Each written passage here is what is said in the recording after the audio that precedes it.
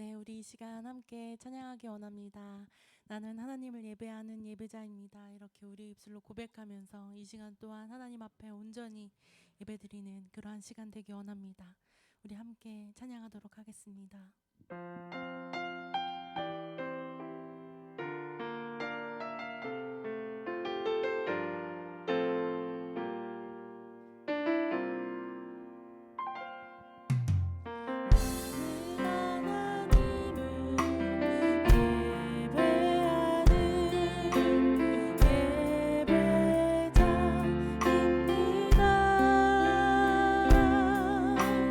내가 서 있는 곳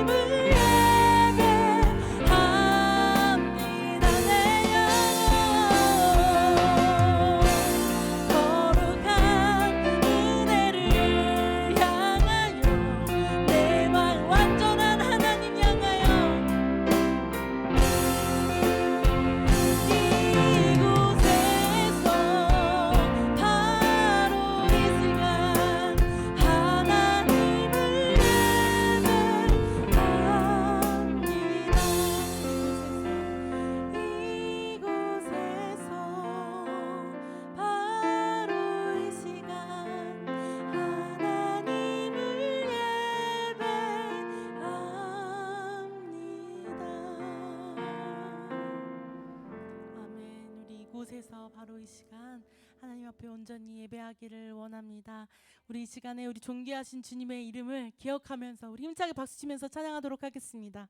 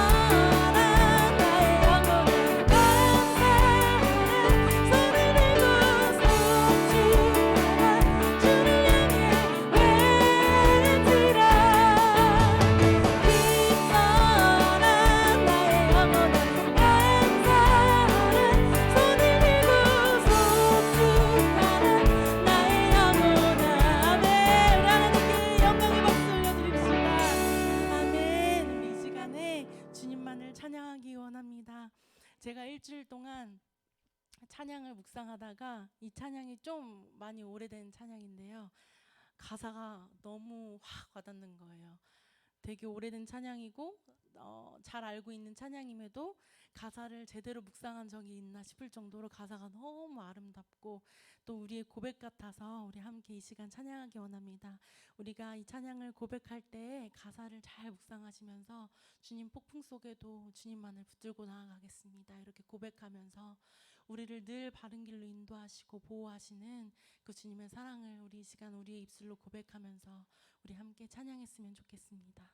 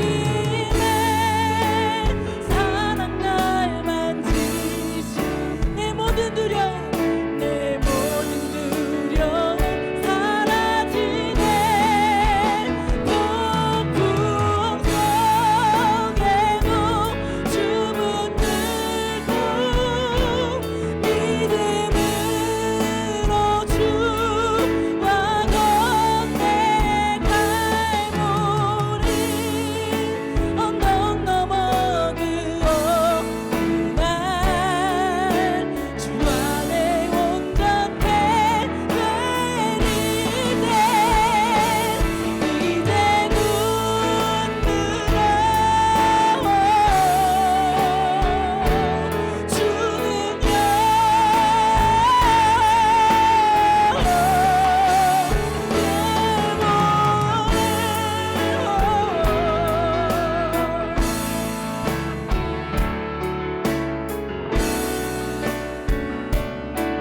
폭풍 속에도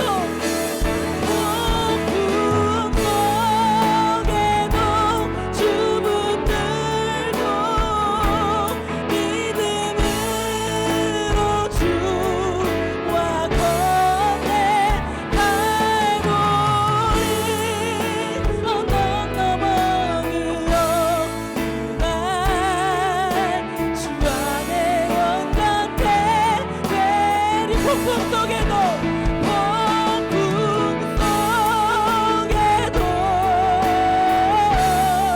믿음으로 주와 건네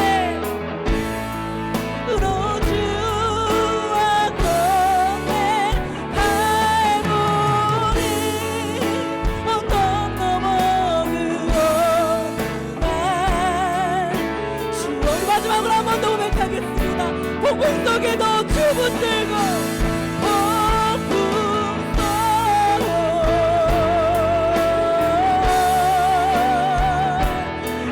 믿음으로 주님과 걷겠습니다. 건네 갈보리 언덕 넘어 그 어느 날주 안에 온전해 되리 거친 파도 날 향해 와도 주와 함께 날아오 폭풍 가운데 나의 영혼 잠잠하게 주를 보리라 잠잠하게 주를 보리라 거친 파도 날 향해 와도 주와 함께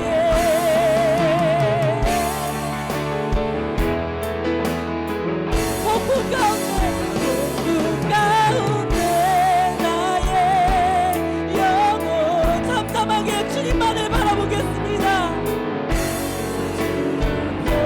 우리 폭풍 가운데 거친 파도 날 향해 와도 주와 함께 날아오는 폭풍 가운데 나의 영혼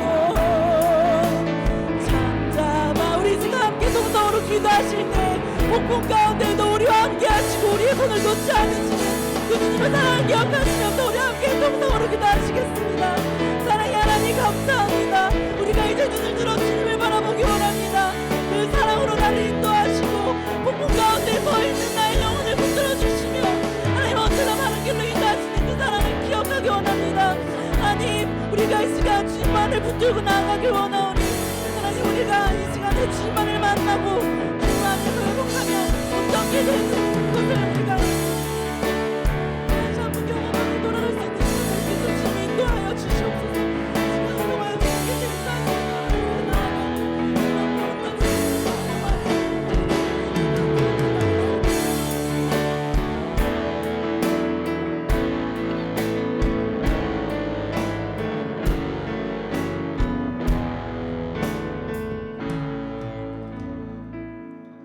거룩하신 아버지 하나님 은혜를 감사합니다. 복된 주일 특별히 한 해를 돌아보며 감사하는 감사의 계절에 주님을 찬양하며 예배하게 하시니 은혜와 사랑을 감사드립니다. 오늘도 복된 주일에 주의 은혜를 사모하며 함께하는 귀한 발걸음들 하늘의 복으로 땅의 복으로 충만케 하시사 특별히 하나님의 은혜 가운데 승리하며 살아가는 인생, 복된 인생들 되게 하옵소서. 이 시간도 찬양 예배로 하나님의 은혜를 사모하며 주의 전에 모였사오니 우리의 찬양과 고백을 받으시며 아버지 하나님 하늘 문을 여시사 풍성한 은혜와 기쁨으로 충만한 사람들이 될 수 있도록 은혜 위에 은혜를 베풀어 주옵소서. 우리의 삶은 힘들고 어려운 일들이 참으로 많습니다. 염려와 근심이 있으며 또한 질병과 아픔이 있으며 물질적인 어려움과 관계적인 어려움, 수많은 문제들 앞에 살아가는 우리의 현실인데 하나님 도와주시지 아니하면 이겨낼 수 없고 새 능력을 통해서 승리할 수밖에 없음에 주의 은혜를 오늘도 구하오니 이 시간 우리 모두에게 주의 은혜를 베풀어 주옵소서. 무엇보다도 하나님 우리에게 더 큰 믿음을 주셔서 그 어떤 상황도 능히 이길 수 있는 믿음으로 승리하는 우리 모든 성도님들 될 수 있도록 도와주시옵소서. 이 시간도 주의 은혜만 기다리며 주님만 소망하오니 우리 모두에게 은혜를 베풀어 주시옵소서. 예수님의 이름으로 기도하옵나이다. 아멘. 오늘 말씀 사무엘상 3장 19절에서 4장 1절 조금 길지만 같이 우리 함께 쭉 합독하도록 하겠습니다. 합독합니다. 사무엘이 자라매 여호와께서 그와 함께 계셔서 그의 말이 하나도 땅에 떨어지지 않게 하시니 단에서부터 브엘세바까지 온 이스라엘이 사무엘은 여호와의 선지자로 세우심을 입은 줄을 알았더라. 여호와께서 실로에서 다시 나타나시되 여호와께서 실로에서 여호와의 말씀으로 사무엘에게 자기를 나타내시니라. 사무엘의 말이 온 이스라엘이 전파되니라. 이스라엘은 나가서 블레셋 사람들과 싸우려고 에베네셀 곁에 진치고 블레셋 사람들은 아벡에 진쳤더니. 아멘. 믿음 이야기 22번째입니다. 믿음 이야기라는 그냥 주제로 쭉 다루어 나가는데 벌써 이것도 20번이 한 5개월이 됐네요. 오늘은 이제 사무엘 이야기를 조금 하도록 하겠습니다. 우리가 인물을 중심으로 쭉 살펴보고 있습니다. 겉으로 보여지는 것이 믿음은 아니죠. 실제적으로 그가 어떻게 살고 어떻게 결정하고 어떻게 행동하느냐가 그 믿음의 모습인데 우리들이 어떤 겉으로 보여지는 그것만을 가지고 믿음이라고 오해하면 안 될 거라 생각합니다. 옛날에 웃지 못할 예화가 갑자기 문득 여기 앉아 있는데 생각이 나서 말할까 말까 그러다가 그냥 해야지 그렇게 생각을 했습니다. 어떤 자그마한 교회에 어느 날 이제 어떤 한 분이 예배 시간 시작과 동시에 등장을 합니다. 근데 오시는 그분이 성경책을 딱 이렇게 멋지게 이렇게 들으시고 앞으로 저벅저벅 걸어 나오시는데 맨 앞에 좌측의 의자에 딱 앉으시는 겁니다. 목사님은 이제 처음 오신 분이니까 상상을 하면서 처음 오시는 분이 이렇게 앞에 앉기 쉽지 않은데 야, 저 정도 앞에 앉을 정도면 믿음이 대단하다. 그것도 맨 앞에 이렇게 딱 좌측에 가서 딱 앉으니까 대단히 믿음이 이제 좋으신 분이 우리 교회에 오셨구나. 그리고 너무너무 좋아하시고 그러다가 예배가 끝나고 이제 그분하고 차를 마시면서 대화를 나누는데 어떻게 이렇게 처음 오는데 용감하게 그렇게 맨 앞에 앉아서 그렇게 예배를 드리십니까? 그랬더니 그분 하시는 말씀이 본인이 버스 기사인데 자기는 어디 가면은 이렇게 맨 앞에 좌측에 앉아 있지 않으면 불안해서 보여지는 게 믿음의 다는 아닌 거예요. 그렇죠? 보여지는 게. 그래서 저나 여러분들이나 가장된 것이나 위선된 것 말고 하나님 앞에 진실되고 솔직한 믿음을 갖는 게 참 중요하겠다라는 생각을 또 혼자 합니다.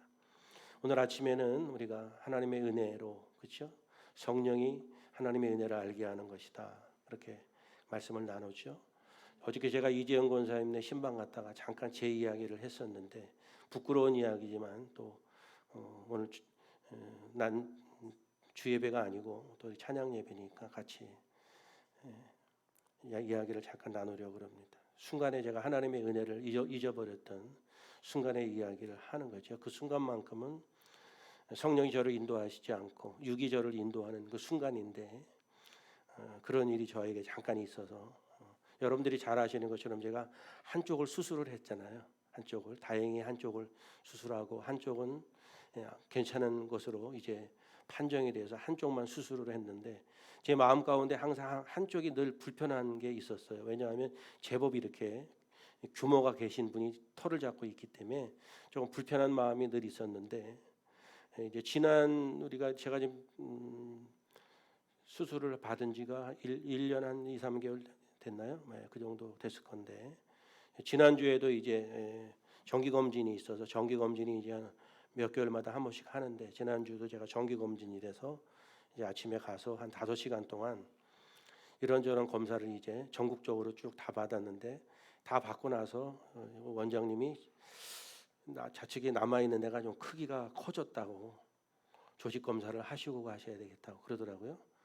그래서 조직 검사를 딱 하고 그리고 집에 이제 그때 당시에는 정신도 별로 없고 막 우리가 이제 금식을 하고 가고 그러니까 여러분들 잘 아시지만 병원에 가서 이렇게 몇 시간 시달리면 힘들잖아요. 짜증나고.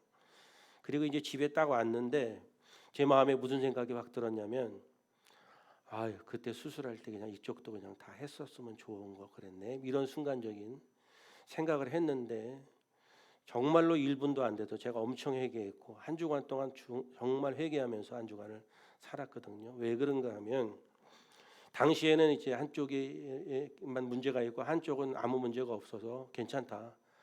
잘 관리하면 문제가 안 된다 그랬을 때 한쪽만 그래서 하나님 앞에 너무너무 감사하고 그랬던 데가 엊그제인데 조금 뭔가 이상이 있을 것 같다 그러니까 아 그때 다 수술해 버릴 거 그랬나 뭐 이런 마음이지요.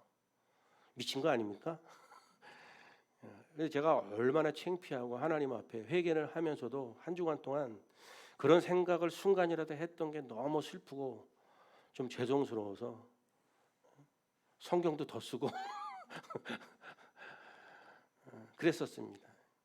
우리가 하나님의 은혜를 이야기하고 은혜 안에 살아야 된다고 말하지만 주제가 그래도 목사인데 순간에 그런 마음을 가졌던 게 너무 제가 힘들었고 부끄럽고 그랬던 시간이 있었습니다.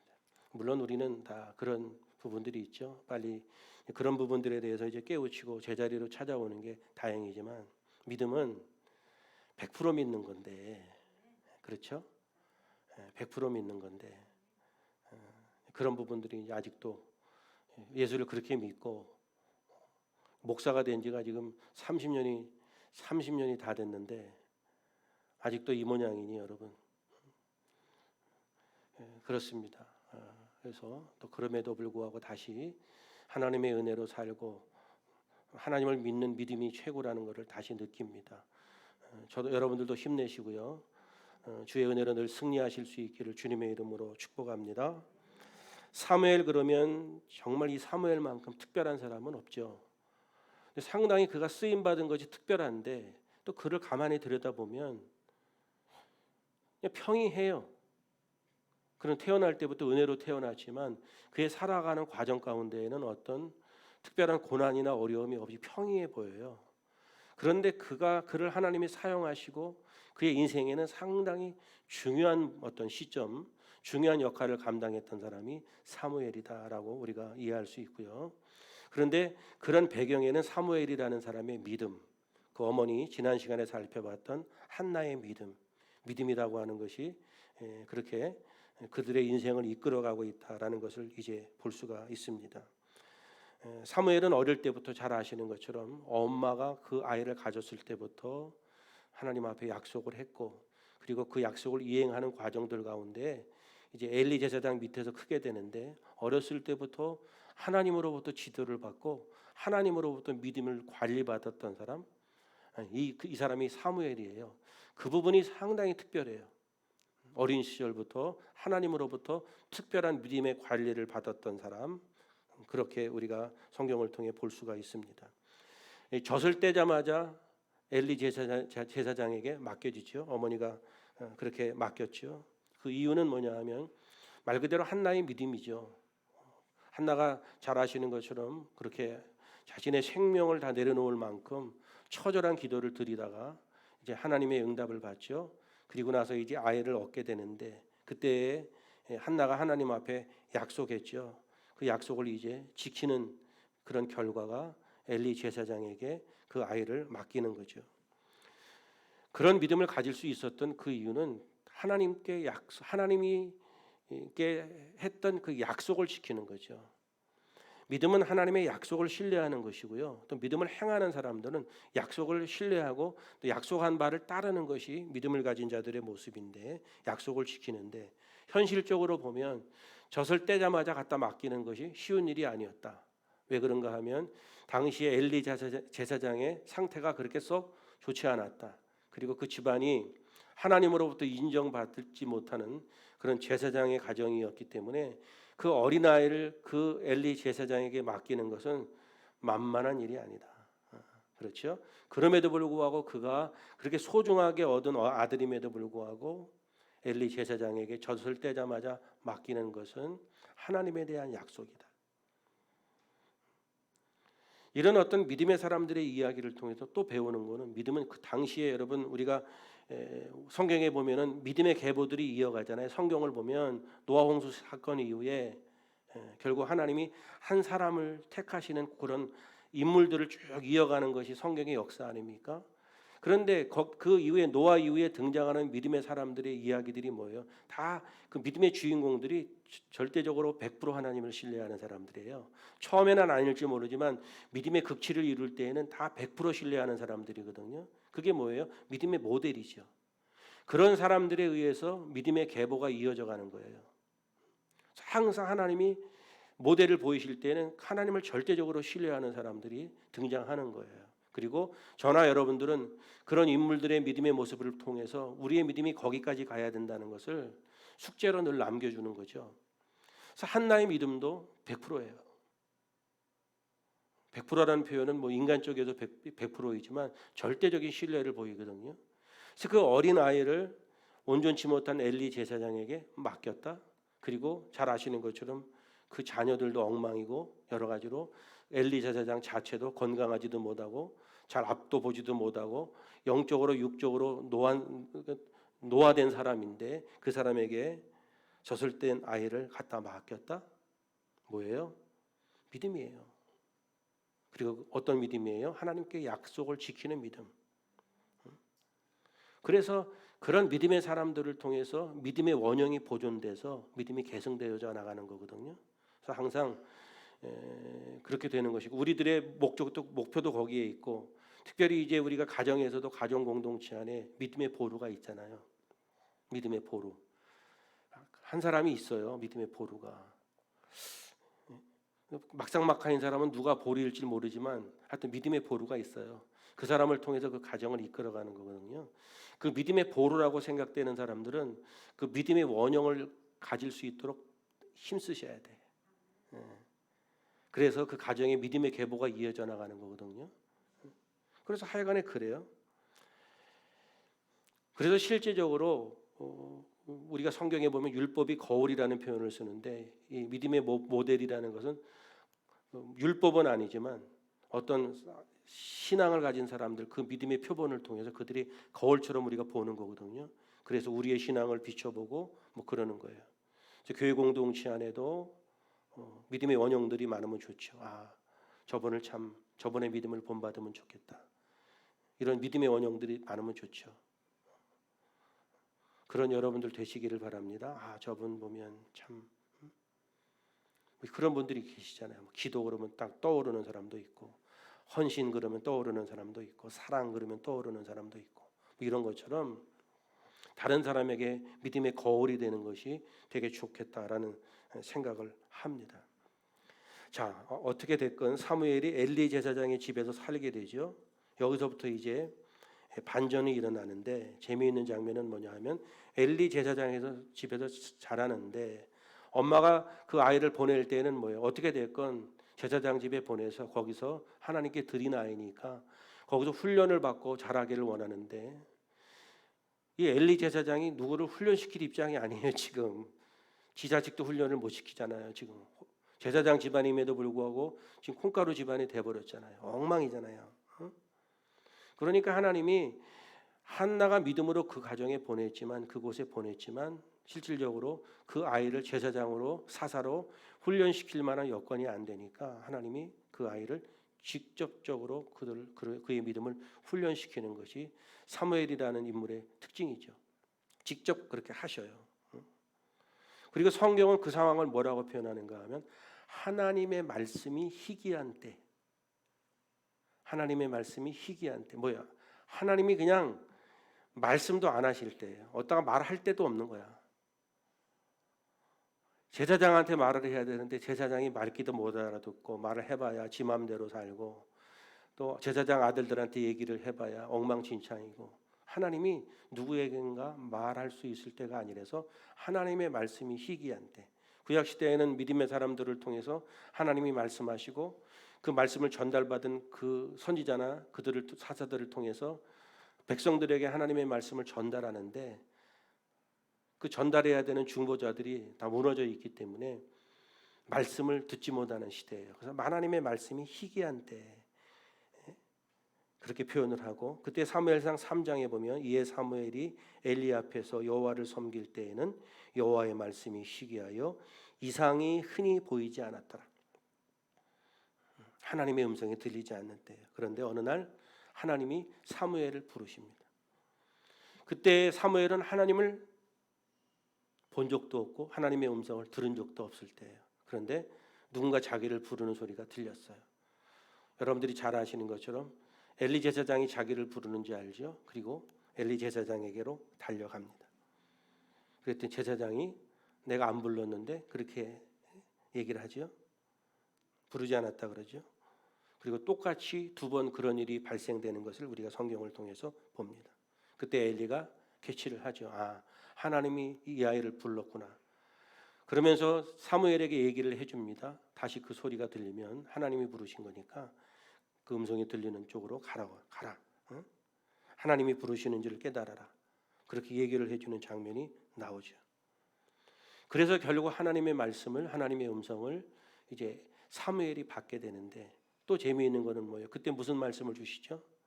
엘리 집안 다 없애버릴 거야. 뭐 그 얘기예요. 엘리 집안 내가 영원토록 심판할 거야.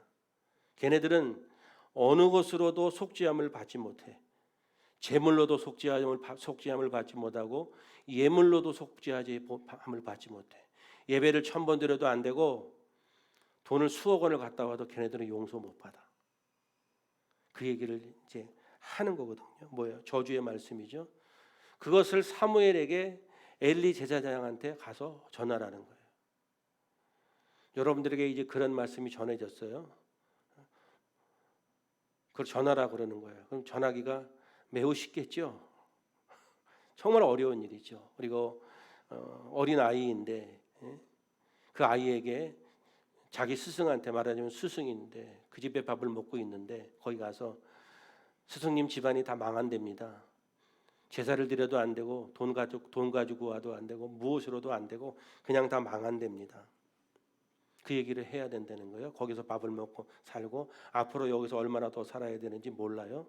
그런데 그 얘기를 해야 된대요. 참 쉽지 않은 얘기죠.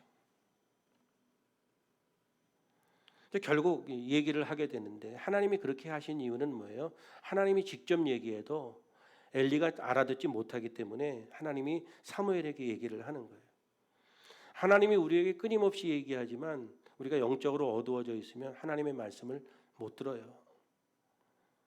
똑같이 하나님의 말씀을 들어도 누구에게는 하나님의 말씀이지만 누구에게는 자기를 책망하는 얘기로 듣기도 하고, 똑같은 말씀을 들어도 누구는 은혜를 받고 누구는 시험에 들기도 해요.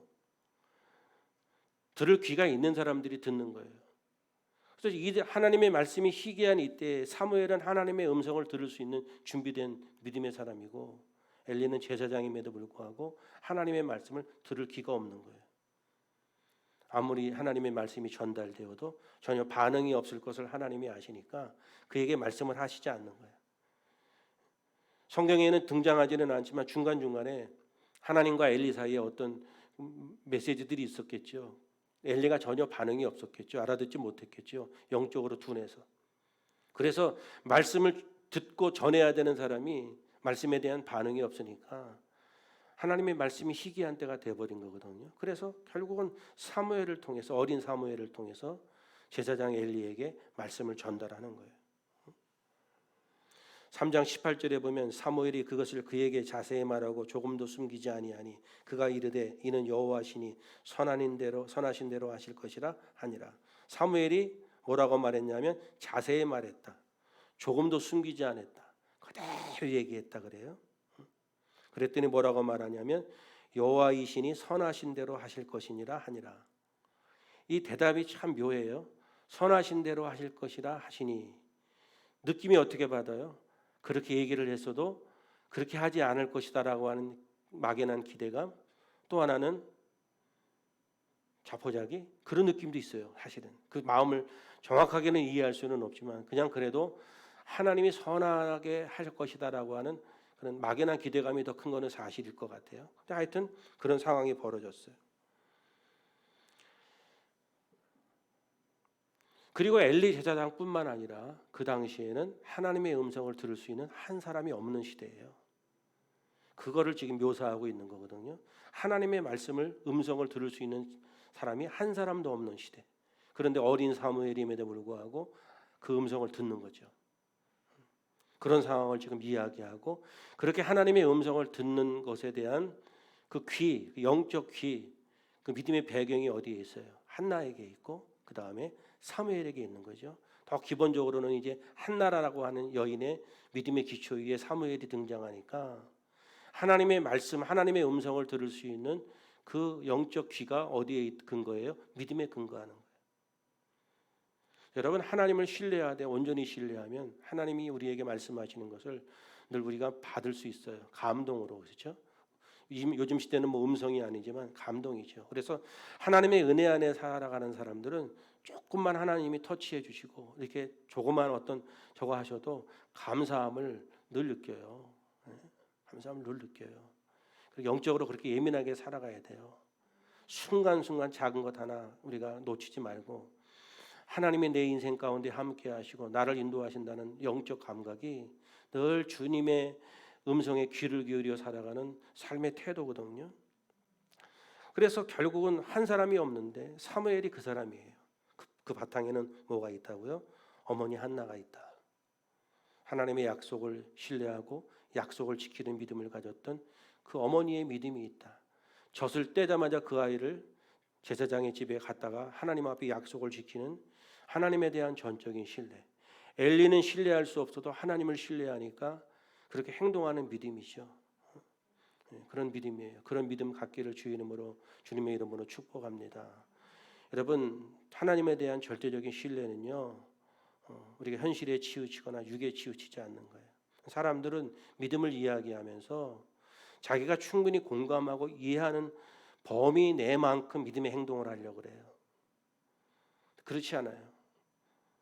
여러분, 지금 이 한나가 사무엘을 거기다 갖다 드릴 때 그 당시에 쉽게 말하면 교회 다니는 사람 20명 모아놓고 의견을 물어보면 뭐라 그럴까요? 아무리 그렇게 얘기했어도 얘는 지금 이제 젖된 지가 어저께 젖됐는데 아유 3살은 돼야지.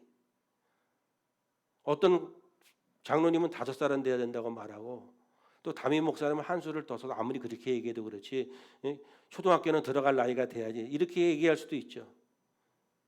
그랬더니 또 교회 나온 지 한 열흘 되신 분이 그래도 약속한 건데 지켜야지 바로 보내야지 이렇게 얘기할 수도 있는 거예요.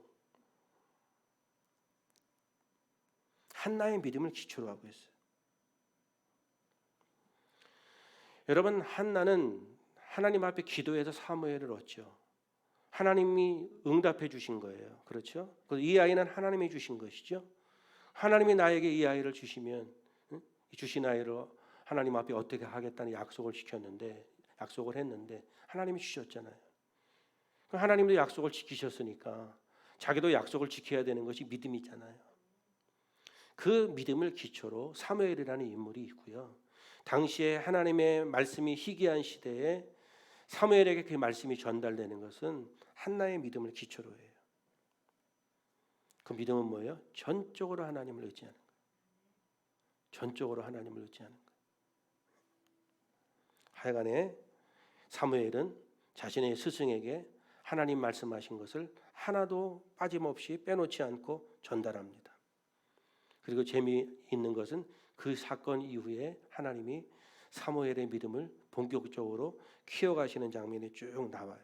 그리고 성경의 흐름은 어떻게 흐르는가 하면 점점 사무엘은 하나님의 음성을 들으면서 믿음이 커가는 거예요. 믿음은 여러분 말씀을 통해 커가요. 식물에게 주는 물과 같은 게 말씀이에요. 교회 다니는 짬밥이 믿음을 키워주는 게 아니에요. 직분이 믿음을 키워주는 게 아니에요. 저 같은 목사님들 가운데에도 쥐뿔도 없는 믿음이 있는 사람은 꽤 있어요. 믿음은 말씀이 자라게 하는 거예요. 말씀이 자란다는 의미는 뭐예요? 말씀을 믿고 말씀대로 살고 행할 때 내가 말씀을 믿고 행하는 만큼 우리의 믿음이 자라는 거거든요. 사무엘이 그 이후에 하나님의 말씀을 듣고 그 말씀 아래서 믿음이 성장하는 거예요. 이 사람은 하나님의 음성을 들은 그 순간부터 점점 더 하나님의 음성에 귀를 기울이고 또 하나님의 말씀으로 깊이 빠져들어가고 젖어 들어가는 사람으로 신앙이 성장해가고 그런 과정들 가운데 그가 맡겨진 사명을 감당하는 그런 이야기를 쭉 보여지는 거거든요. 그렇게 하나님의 음성을 듣고 믿음 안으로 들어가는 과정 가운데 벌어지는 현상 하나가 있는데 그게 뭐냐 하면 백성들이 그를 신뢰하기 시작했다. 백성들이 그를 신뢰하기 시작했다. 믿음으로 살아가는 사람들에게는 믿음으로 사는 그것 때문에 우리의 주변의 일들을 하나님이 이끌어 가신다는 그런 믿음을 가지셔야 돼요.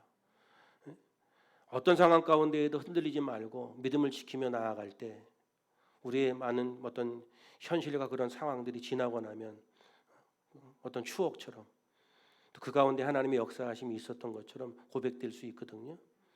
그가 믿음으로 살아가고 하나님의 음성에 귀를 기울이며 살아가는 과정 가운데 백성들이 그를 신뢰하기 시작했다. 나 선지자야. 나 하나님 앞에 맡겨진 당신들의 중보자로 하나님이 나에게 사명을 주셔서 뭐 그렇게 그들에게 자기를 증명해 보이려고 하는 것도 아니고 하나님의 말씀을 듣고 믿음 아래 자라가는 과정 가운데 백성들이 그를 신뢰하기 시작했다. 그리고 법궤가 있는 실로에 하나님께서 말씀으로 나타나시는 장면이 성경에 등장하고요. 결국 실로의 하나님의 임재가 그 시대에 나타나기 시작하는 것이 사무엘상의 이야기입니다. 그리고 이제 이 사무엘이라는 사람이 이스라엘의 사사, 마지막 사사죠. 왜냐하면 사무엘 시대를 마치고 왕권 시대가 시작되잖아요. 왕권 시대. 백성들이 왕을 원하잖아요. 그래서 왕을 원하는 그 과정 가운데 나중에 기회가 있으면 또 다윗 얘기하다가 사울 얘기가 나오면 혹시 할지 모르지만 하나님의 최선은 왕을 세우는 게 아니에요. 인간이 왕을 세우기를 원하죠. 하나님이 허용하죠. 그러니까 우리가 결정하는 차선도 하나님이 인정하세요. 그래? 그러면 그렇게 한번 해보자. 인간이 선택한 차선도 하나님이 허용해요. 그리고 그들의 말처럼 왕으로 세워져서 왕으로서 하나님의 말씀을 듣고 하나님의 뜻대로 역할을 잘하면 하나님이 그 왕정 시대에도 하나님이 인도하시잖아요. 인간이 온전하지 못하다는 것을 하나님이 인정하셔요. 그들의 차선을 선택하시거든요. 하여간에 이제 이 마지막 사사 사무엘이 마지막 사사고 이제 사울이 등장하고 다윗이 등장하는 이야기가 이 다음에 등장하게 되는데 결국 뭐예요? 그 중요한 시대에 사무엘이 그 역할을 감당하고 있다는 게 되게 의미가 있어요. 얼마나 중요한 때예요. 그런데 그 중요한 때에 사무엘이 그 역할을 감당하고 있다. 하나님의 관점에서 봤을 때에는 그런 중요한 역할이기 때문에 이 아이가 태어날 때부터 한나라는 여인과 이런 과정들을 통해 이를 특별하게 하나님이 믿음으로 훈련시키는 과정들이 있지 않았나라는 그런 생각을 합니다. 그리고 나서 이제 그가 훈련되어져 가는 과정들이 쭉 등장하죠. 그러면서 또 중간에 등장하는 얘기들이 사무엘의 아들들이 사사로 세워지는 과정도 있죠. 근데 결국은 그들도 뇌물을 받고 막 판결들을 자기 마음대로 하고 뭐 이런 얘기를 하는 상황 가운데 백성들이 왕을 요구하잖아요. 그리고 엘리 제사장은 전쟁을 벌이다가 법궤를 이제 앞세우고 가다가 전쟁에서 지고 살육을 당하고, 두 아들 홈리와 비느하스는 전쟁에서 죽고, 엘리 제사장은 뒤로 넘어져서 죽고, 비느하스의 아내는 출산하다가 죽고, 하나님의 말씀대로 엘리 집안에 하나님이 저주를 퍼부어서 몰락하는 과정을 쭉 그리고 있죠. 결국 그러면서 믿음의 사람 사무엘이 등장하면서 시대가 바뀌어가는 그 변혁의 시대에 믿음의 사람이 등장하는 거예요. 여러분, 어느 시대에든지 믿음이 살려요. 믿음이 이기고요. 결국 믿음이 우리로 하여금 복되게 하는 거예요. 믿음은 뭐예요? 믿음은 앞으로를 보는 거지 까지를 보는 게 아니고, 오늘 보이는 거를 보는 게 믿음이 아니에요. 보이지 않는 거를 보는 게 믿음이잖아요. 그래서 오늘 보이는 것 때문에 흔들리는 것은 믿음이 없는 거고 믿음이 약한 거죠. 오늘 우리의 상황이 우리의 눈으로 보여지는 것이 더 힘들고 어려울수록 더 우리는 악랄하게 믿음을 붙들어야 돼요. 그게 우리에게 주는 믿음의 교훈이거든요. 그래서 폭풍이 지나가도 아주 휩쓸고 지나가는 거예요. 그 상황이 확 지나가 버려요. 사무엘이라는 사람을 집중해 보면은 그 폭풍이 잘 안 보이는데 전반적으로 그 시대의 상황을 보면 아주 휘몰아치는 거예요. 폭풍이. 그 휘몰아치는 과정 가운데 하나님은 당신의 역사를 이끌어가기 때문에, 당신의 역사는 뭐예요? 믿음의 역사잖아요. 그 성경은 이중적인 역사관을 가지고 있는 거죠. 하나님의 구속사, 그다음에 세상의 역사. 세상의 역사는, 육의 역사는 세상의 역사를 바라보지만 하나님의 구속사는 그 세상의 역사를 포함한 구속사거든요. 구속사는 뭐예요? 하나님이 통치하는 역사죠. 세상의 역사는 막 휘몰아치고 막 집안이 몰락을 하고 전쟁에도 지고 뭐 하고 막 이런 스토리가 이어지지만, 하나님의 역사는 그런 과정들 가운데 믿음이 그 역사를 이어가고 있다는 걸 얘기하고요. 결국 세상의 역사는 망하지만 하나님의 구속사는 그리스도를 통해서 다시금 그 역사를 이끌어가는 것이 하나님의 역사죠. 폭풍이 지나가도 다 휩쓸고 지나갔어요.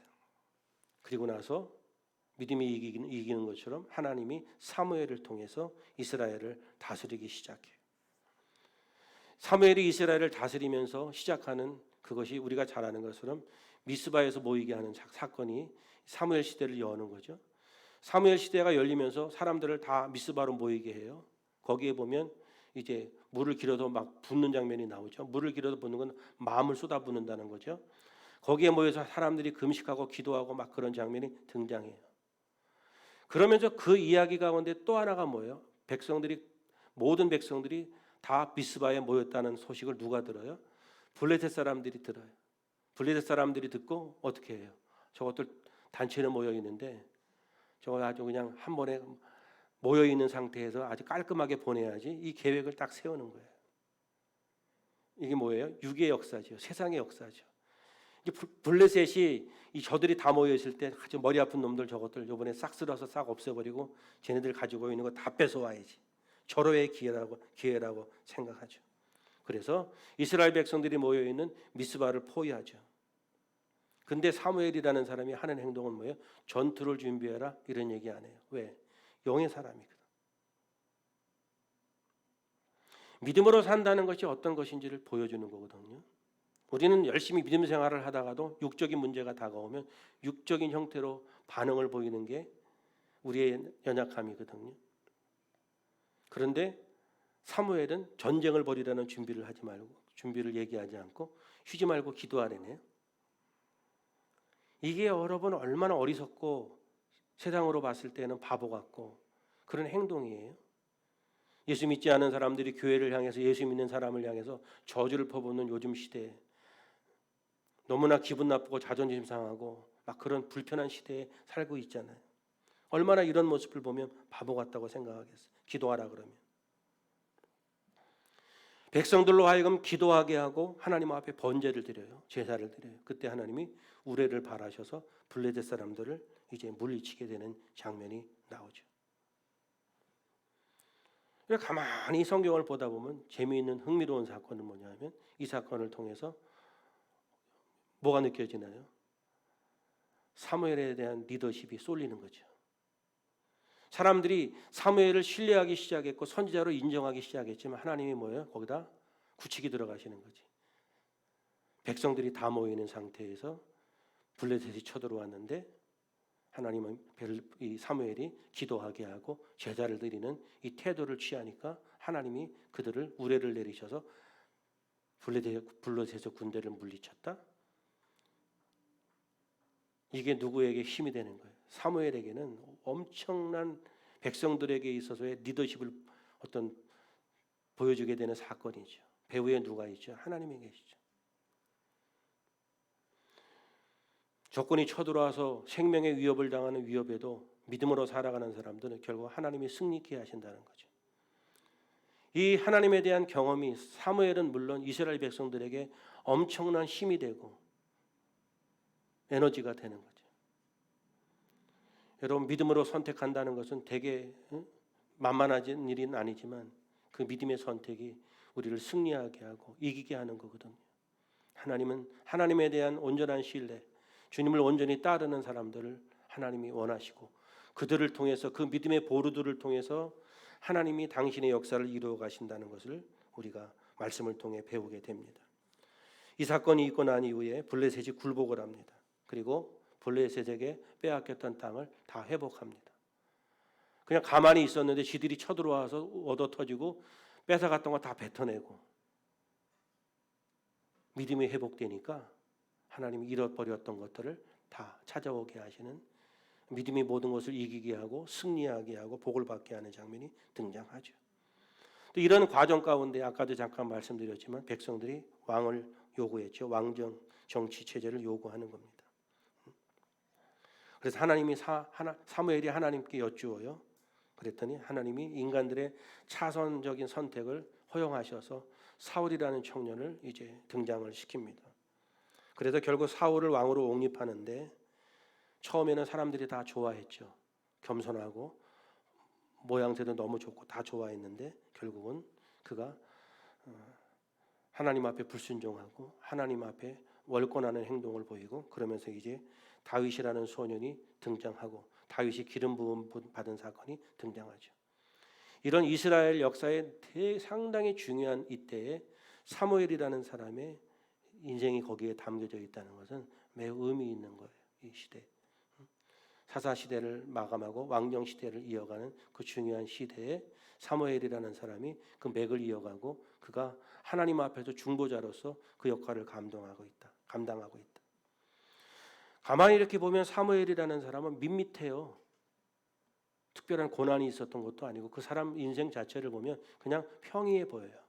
어머니에 의해서 어린 시절에 그 성전에서 살았기 때문에 그냥 그는 무슨 교회 갈까 말까 이런 고민이 없던 사람이에요. 어려서부터 그냥 저 다른 사람들 얘기하면 돌리자마자 머리를 깎고 들어간 사람이니까 본인이 자연인인지 중인지도 헷갈린 때야. 그러니까 그냥 살아온 거야.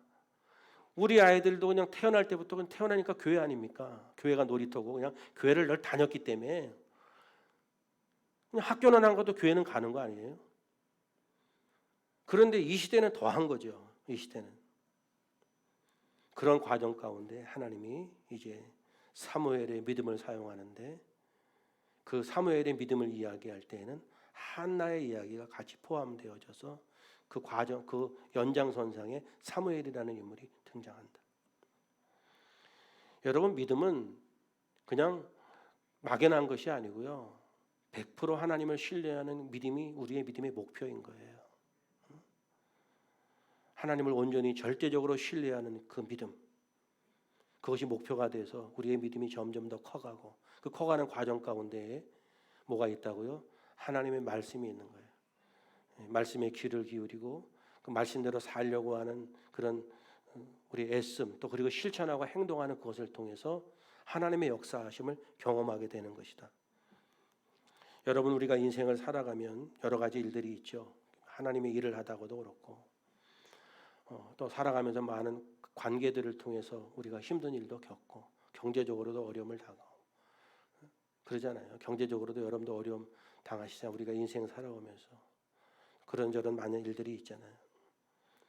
그런 과정들을 통해서 하나님이 우리의 믿음을 훈련시키고 그 과정들을 통해서 우리의 믿음을 단련시켜서 하나님을 향한 온전한 믿음으로 가게 하는 그런 과정들이라는 믿음을 가지고 정말 하나님 앞에 믿음으로 집중하시기를 주님의 이름으로 축복합니다. 내가 지키고 있는 그 믿음의 자리를 포기하지 말고 신앙으로 승리하셔서 여러분들을 통해서 여러분들이 믿음의 보루가 되셔서 여러분들로 인하여 여러분들 주변이 변화가 되고 복을 받고 그런 은혜와 축복이 있기를 주님의 이름으로 부탁을 드립니다. 기도하겠습니다. 거룩하신 하나님 은혜를 감사합니다. 이제 또 복된 주일을 지나고 또 우리의 가정으로 일터로 환경으로 돌아갑니다. 우리의 믿음을 증명해야 되는 삶의 현장에 우리의 믿음을 나타내며 드러낼 수 있는 성숙함이 우리 모두에게 있게 하옵소서. 그 어떤 상황 가운데에도 영적인 선택을 하도록 인도해 주시고 순간순간마다 주의 음성 듣게 하시며 깨우치게 하셔서 하나님이 기뻐하시는 삶을 살아가는 우리 모두가 될 수 있도록 인도하여 주시옵소서. 어려운 때를 지나고 있습니다. 광야 같은 세상, 주님 믿음이 없이는 온전히 살아갈 수 없음에 오늘도 다시금 우리에게 주신 말씀을 붙들고 믿음으로 살아가기를 원합니다. 성령 하나님 우리를 늘 인도해 주시고 사단의 권세와 육의 세력으로부터 자유케 하며 늘 믿음으로 주님 영광 돌리게 하여 주옵소서. 사랑하는 성도님들 가정과 일터와 자녀 위에 복을 더해 주시고 살아계신 하나님이 증거되는 복된 은혜가 있게 해 주시옵소서. 예수님의 이름으로 기도하옵나이다. 아멘. 우리 찬양 하나 하고요. 말씀 붙들고 또 나라와 민족을 위해서 우리 교회를 위해서 우리 각자의 기도의 제목을 놓고 통성으로 기도합니다. 439번 찬양 같이 하겠습니다.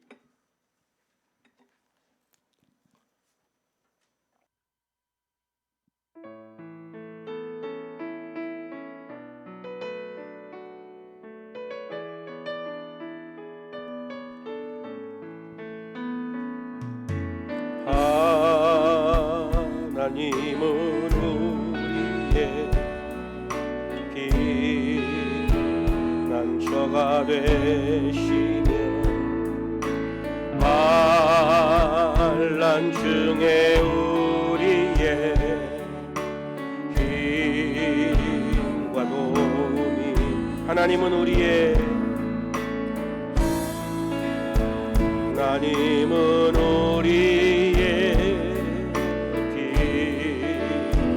피난처가 되시며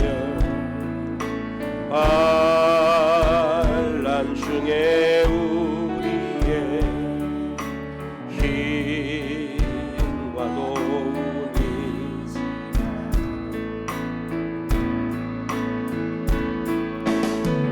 너희는 가만히 있어 주가 하나님 열방과 세계 가운데 주가 높이는 하늘이로다 합니다. 내 아버지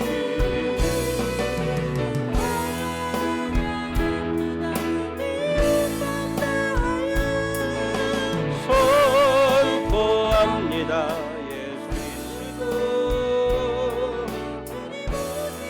너희는 가만히 있어 너희는 가만히 아멘 주가 하나님 열방과 세계 가운데 하늘이라 사랑합니다. 내 아버지 찬양합니다.